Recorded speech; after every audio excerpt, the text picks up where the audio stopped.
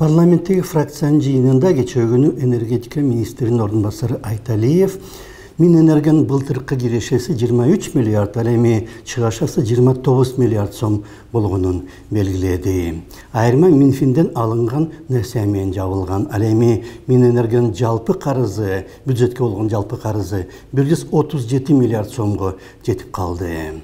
Айталиевдин айтымында тариф көтөрүлмөйүнчө маселе улана берет. Мисалы үчүн üstümüzdeki жылы Минэнергенин кирешеси 24 миллиард, ал эми чыгашасы 40 миллиард сомго жетери күтүлүүдө.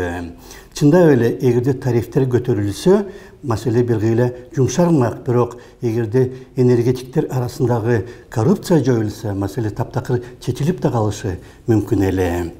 Бишкекте 8 апрелде болуп өткөн энергетикалык форумда өлкө экономикасын алдыга сүрөгөндүн ордуна энергетика аны артка тарткан тармакка айланып калды.